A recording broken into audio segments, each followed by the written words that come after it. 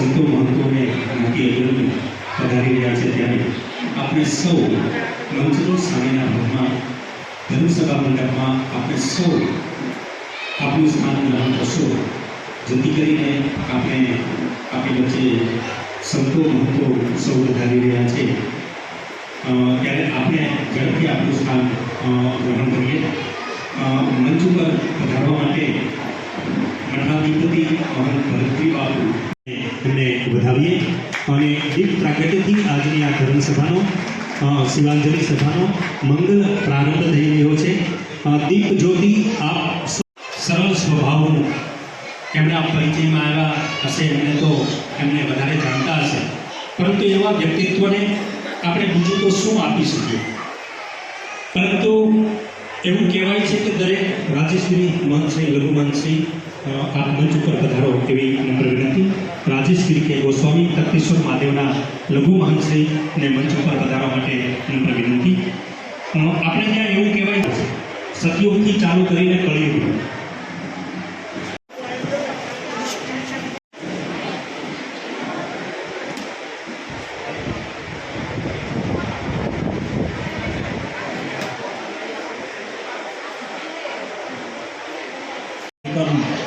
ખૂબ લાંબો છે.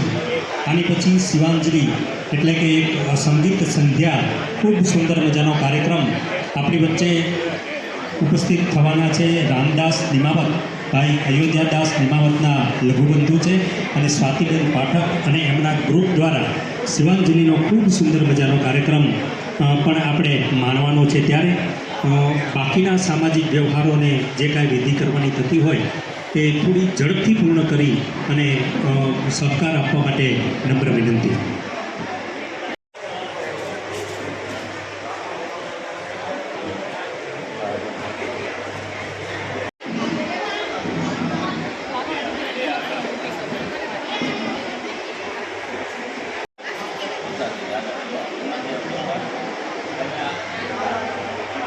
આજના આ ધર્મસભાના અધ્યક્ષને થાનાપતિ મહંતશ્રી ભરતજી બાપુએ કંઠી પહેરાવી શાલ ઓઢાડી અને એમને એમના શિષ્ય બનાવ્યા છે. આપણે તાળીઓના ગણગડાથી એમને વધારીએ.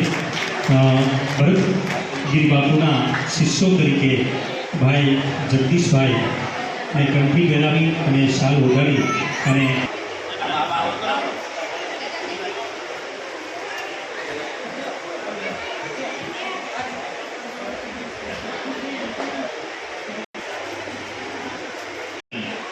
જ્યારે ગુજરાત